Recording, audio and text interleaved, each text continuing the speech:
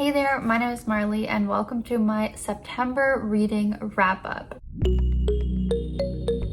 So I'm going to go through all the books that I read in September and review them for you guys. First of all, we'll quickly go through a few different stats so you know a little bit more about the books that I read this month. Basically, I read 8 books, which really just seems to be my average. I almost always read 8 books. That amounted to 2,628 pages, so it's a little down. The average rating was 3.875, so pretty good, pretty average. Books acquired was 5 and own voice books were 3. As for the genre, as always, I read from a few different genres. We had tied at the most was romance and fantasy, which makes sense as I did do a romance specific vlog this month. Then we also had a few thrillers and contemporary, or one thriller and one contemporary. In terms of the year the books came out, I'm still mostly reading new releases. This is a trend I've noticed throughout the year. 3 from 2023, and then 2 from 2021, 1 from 2020, 1 from 2016, and 1 from 2014. So we do have a few backlist ones there. I mostly read physical books. 5 were physical and only 3 were ebooks, which is great. And then for audience, we mostly had YA. 50% were YA, then 3 adult and 1 middle grade. In terms of author gender, as always, I read mostly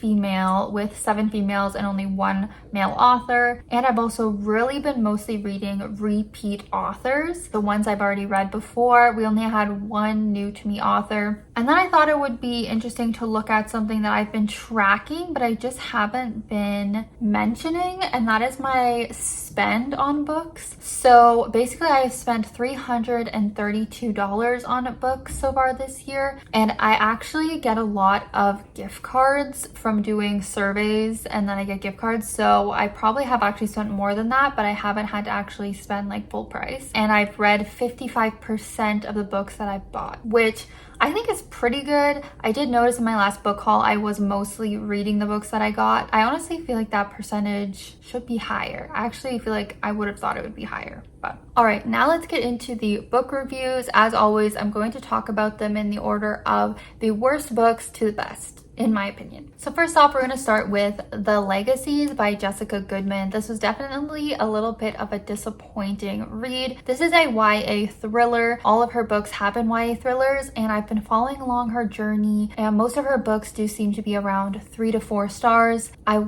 was hoping she would keep getting better with each book, but unfortunately I didn't like this one as much as I liked a couple of her previous books, so I only gave it a 3-star rating. It just has a really basic premise and a really basic execution. It didn't do anything special. I think I was just reading it and not really feeling anything while reading it. We are following a group of high schoolers who go to this private school. I think we're following 3 girls. 3 girls have points of view in this book. 2 of them are typical rich, the type of student that would go to this private school. Their parents have money, that kind of thing, and they get invited to be a part of this Legacies society, which is basically just this whole classist thing where these rich people choose people in each generation to kind of help and mentor and help them be successful in their lives and in their careers. So it's definitely some favoritism, classism stuff in this club. And then our third point of view is actually a girl who is, again, that typical girl who doesn't fit in at this school because she doesn't come from a rich family. I think she is a scholarship kid. Her mom has recently passed away. She's going through a bit more of a hard time, but she actually also gets an invite to this special Legacies club. So it's a little bit of a mystery of who sponsored her, who invited her to join the club, because it's only a few each year that got chosen. In the meantime, we're having flash forwards to this event that we know is going to happen, this big legacy ball or gala, and we know that someone gets murdered at this gala in the future. So we're getting little snippets of that where we see characters' reactions and the police investigating, and then we're leading up to that. It just was very kind of basic. I feel like she thought she was doing something cool with the twist at the end and who ended up being the murderer kind of thing, but I just wasn't impressed with it. I didn't think it did anything special, so I think I would recommend some of her previous books, but not this one. Sorry, girl. Okay, then we are going to get into Love Theoretically by Hazelwood. Now, this is one of the books I talked about in my recent romance reading vlog. So if you want to see my in real time thoughts while reading it, you can check out that vlog. I highly recommend. And I might have a little bit of a rant for this one. Okay, so I, in the past, have loved Hazelwood's books. And even this book, I did really like the romance and the character stuff. If you haven't heard the plot of this, we're basically following our main character, who I think her name's Kelsey. Like her previous main heroines, she is a woman working in STEM. She works in academia specifically. She's a theorist. I keep reading the science terms. Basically, she does not get paid very much. She's really struggling financially. Part of that is because of her illness. She's diabetic, which we'll get into, but mostly she's just not getting paid for her work. So she also, as a side gig, like fake dates people. It's kind of like a hired dating service. She'll pretend to be guys' girlfriends for special events and stuff like that. And she has this one favorite client that she works with a lot, and he has a brother, and she does not really get along with this brother. There's some tension there. His name is Jack, I believe. And then she ends up being up for this new job position that's going to be really great for her. It's going to be more like research based, and she's really excited. And then he ends up being a part of the job process, like part of the hiring process. There's all this miscommunication because he thinks she's someone else and she really is. And there's like enemies to lovers because they have beef because they work in two different kind of areas in science that are beefing with each other. So it has great tropes like fake dating, but in not the traditional way where she's not fake dating the actual love interest. We also have enemy to lovers, which is really great. I liked that this book felt a little bit different from her other books, just with the dynamic with the main hero. I feel like he had a little bit of a different personality than her other books. I always just find her books so funny and love just how she writes the chemistry between the characters. So want to get that out of the way. I actually really did like this in terms of the romance. However, as I said, the main character has type 1 diabetes. I also have that. Basically, I was really excited to see this sort of representation from a favorite romance author of mine. We really don't get a lot of representation. A lot of times it's done poorly, and I have to say it was done really poorly in this book. That's why I dropped its rating to a 3-star. Otherwise, it probably would have been 4. And I go over this a little bit in that blog I referenced, so you can go check that out. But I wanted to talk about a couple different points that I didn't mention in that blog, just to kind of show you like how there were so many things that made this representation poor in my opinion and kind of offensive. Like, it's providing misinformation. I just want to go off a little bit on a rant about that because I'm really disappointed with Hazelwood because of this. I feel like if you're taking that time to try and show this representation, you should do proper research. You should have sensitivity readers like reading it to help you make it accurate, because I just found it was really bad. Okay, so one of the things, and this was seen in a movie I watched too called Purple Hearts, which had a diabetic main character. Everyone seems to make the same mistake, but basically with type 1, you can have low blood sugars, you can have high blood sugars. Low blood sugars have the typical symptoms of like feeling faint, like you're gonna pass out, shaky, that kind of thing. High blood sugar, you don't get those symptoms unless you've been high for like a really long time. Elsie in this book gets a high blood sugar and is like passing out from just carb counting incorrectly with a piece of cake. And that is not a reaction that she would have from just having a high blood sugar from this one instance. She would not be passing out. That's what a low blood sugar symptom is, not a high blood sugar. So the fact that this happens in the book is not accurate. Then something that's really crazy that this book does. So again, I don't want to bore you. If you want to skip past in the timestamps of my rant, you can. But basically, type 1 diabetics wear 2 types of devices if they choose to. You don't have to. One of them is a CGM. So that's like what I'm wearing here on the back of my arm. And basically this is monitoring my blood sugars and it connects to my phone. A lot of people wear a second device, which is an insulin pump, which I don't know if you can see here, I have on my stomach. This is delivering insulin, okay? Won't get into the details, but Elsie is constantly mentioning that she does have an insulin pump, a pod, the same brand as mine, but she never references having a CGM also on her body, but yet somehow she's magically checking her blood sugars on her phone.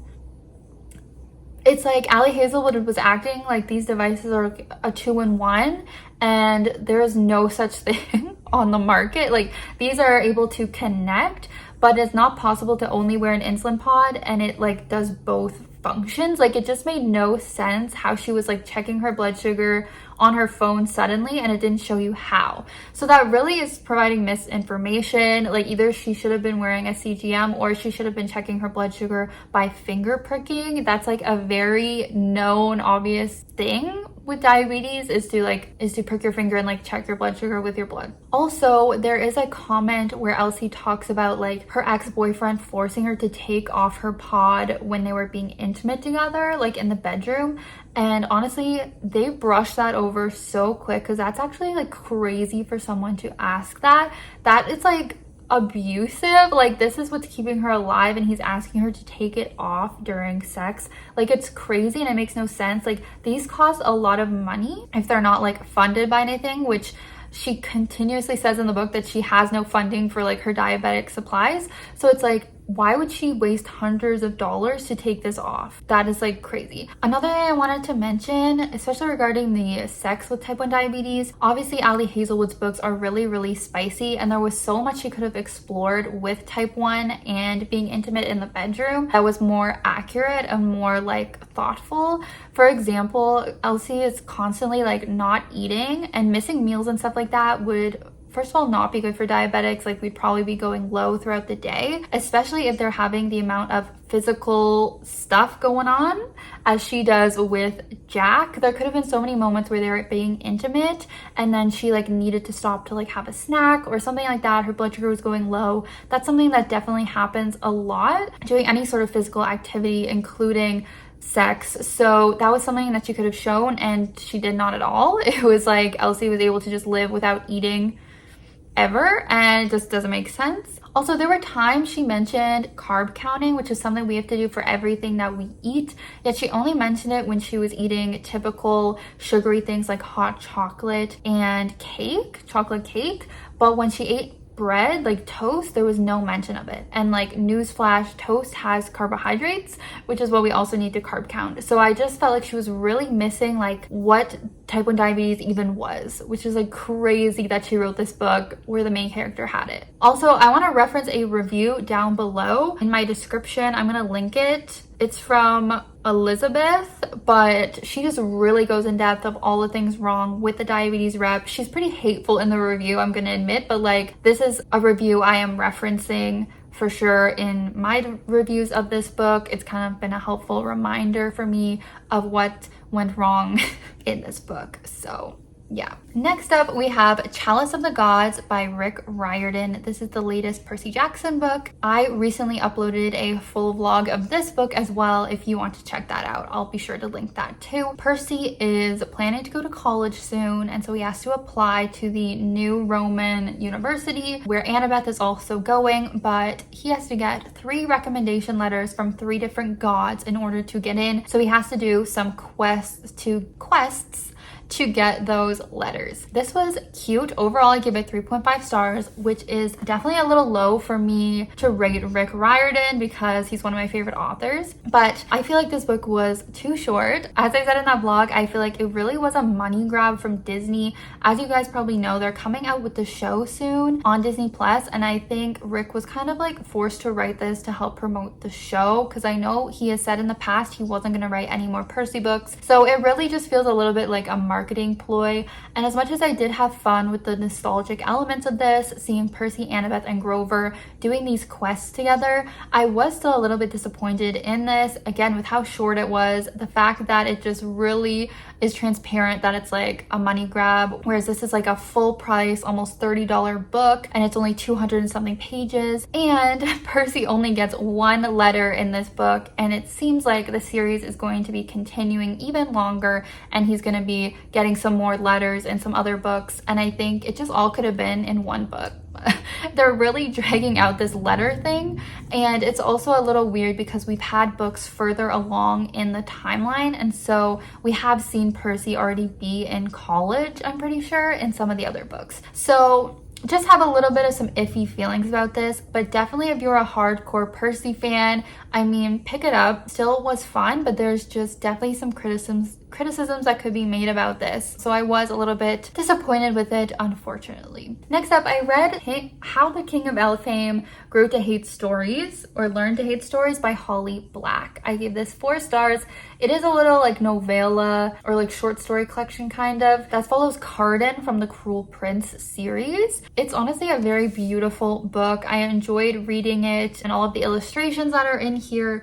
I really don't think it was that necessary though. We kind of just dive into Cardan's past a little bit more, his childhood, that trauma he experienced, and then we also see some new scenes, and those are probably my favorite because I feel like in the original Folk of the Air trilogy, we already learned about Cardan's past, and I don't really feel like this added that much to his past. It was kind of just cool to see like more current day, like newer scenes between Cardan and Jude. It's, I think, like 100 pages, and it took me not long at all. Like you can read it in one sitting. So again, I guess similar to Chalice of Gods, it's really just for the big fans of the series who just will take anything more from these characters that they can get, which was me. I did enjoy reading it, but yeah, not obsessed with it or anything because it is just such a short little book.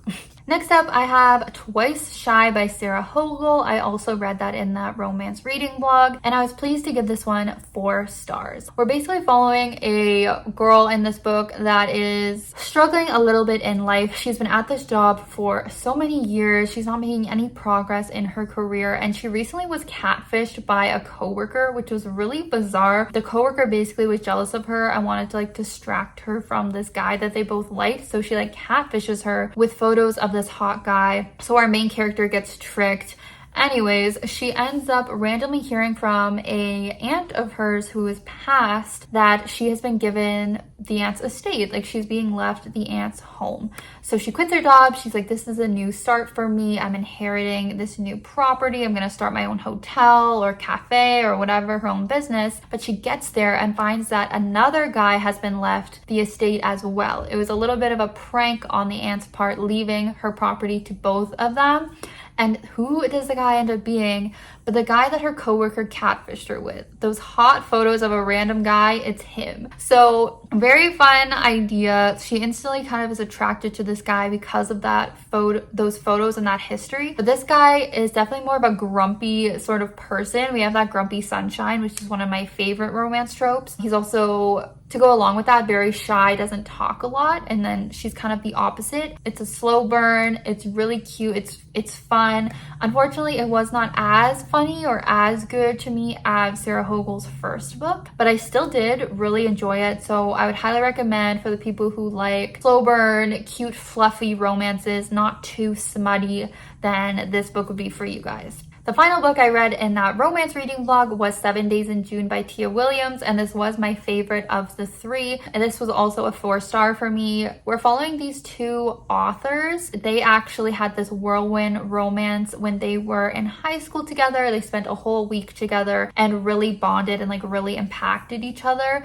But they ended up getting split apart and haven't seen each other for, now I'm forgetting, maybe it's like 20 years or something. In the meantime, they've both become successful authors, and they end up reconnecting at this author event where they're on this panel speaking about, I think, Black authors in literature or something like that. And so then they're just kind of rekindling their romance, and we're exploring both of their different traumas, and we're seeing, you know, why it didn't work out back in the day and why maybe it can work out now. He is like a famous literary fiction author, and then she writes like a smutty fantasy romance, which is definitely fun. I think I'd recommend this for any wannabe authors, any big readers out there who love the romance genre, but also if you like there to be like deeper tones and messages in the book, as well as there's a lot of trauma. They're both dealing with like either addiction or self-harm, parental neglect, like more serious topics are delved into here too. I just didn't get that 5-star feeling from it. A few things were missing for me. I feel like it was a little bit insta love. We didn't get enough of those flashbacks to that first week they had together, in my opinion, but this was a very good romance. Then we have a 4.5-star read, and that was Blue Lily, Lily Blue by Maggie Stiefvater. You've probably seen that I've been making my way through the Raven Cycle series by her, and now this is the 4th book. So basically my order would be, I like the first book, then this one, and then the second one. It just wasn't quite a 5-star read for me, maybe because I kind of spaced it out throughout the month. I like took a break from it and came back, but I'm really, really loving it. If you don't know, it's kind of hard to explain this series because it gets so weird and we're just really building this world more and more in each book, but it is like a paranormal fantasy YA. Mainly we're following our main character Blue, who is raised by a psychic mother and psychic aunts, and she also has a power to like amplify other people's powers. And then she befriends this group of boys who's like the Raven Boys, and each of them kind of has their own connection to the paranormal or like their own power, and we just kind of develop the story more from there. But I find this series so interesting because it's very, very funny, and I find the relationships between all the characters so interesting. It's like they're almost all like in love with each other, like Blue and all the boys. As I said, the world just gets so weird and it's just not what I would expect. It's a very cool, deals with like ley lines, Welsh kings, like prophecies, like a lot of cool stuff like that. So really enjoying this series, and now I have one more book to go. And lastly, my favorite book of the month was Radio Silence by Alice Oseman. This was 5 stars. It was also the first book I read this month, so it's the one I guess I read the longest ago, but it was so good, especially if you're a young adult. I really would recommend this for young adults or people who were like outcasts, had a lot of like emotional issues growing up. It's a YA contemporary about this girl Frances who basically her whole identity is being good at school. She doesn't have too much of a life outside of that. She doesn't have that many genuine friendships or relationships besides like with her mom. And she also loves listening to this podcast. I forget the name of the podcast, but she does love this podcast. Anyways, she ends up meeting this guy Alid, and they just end up really bonding over this podcast and over other things, and she finally just develops this real relationship with this guy, and it is totally platonic, a friendship. There's LGBT themes in here. A lot of the characters are part of the LGBT community, as with most of Alice Oseman's books, but it really has to do with friendship and like growing up and finding your place in the world and not fitting in, and a lot of emo vibes. And so it was very good for me, very relatable, and that's why I'd especially relate if you're like currently a teenager going through that or going into college. There's a lot of talk of like what to do in post-secondary, where you want to go to college, what you want to do with your life, and I just thought it was done so well. Like all of her books seem to be, if you're someone like me who has not delved into too much of her backlist, I mostly just read like Heartstopper and Loveless before this, I highly recommend diving into it. I'm going to continue to make my way through because I just really love her writing, and she writes such real, relatable stuff. So this was my favorite of the month. Okay, that is it for my September wrap up. Definitely let me know if you have thoughts on any of these books that I talked about. Otherwise, thank you so much for watching. I hope you have a great rest of your day, and I will see you next time. Bye!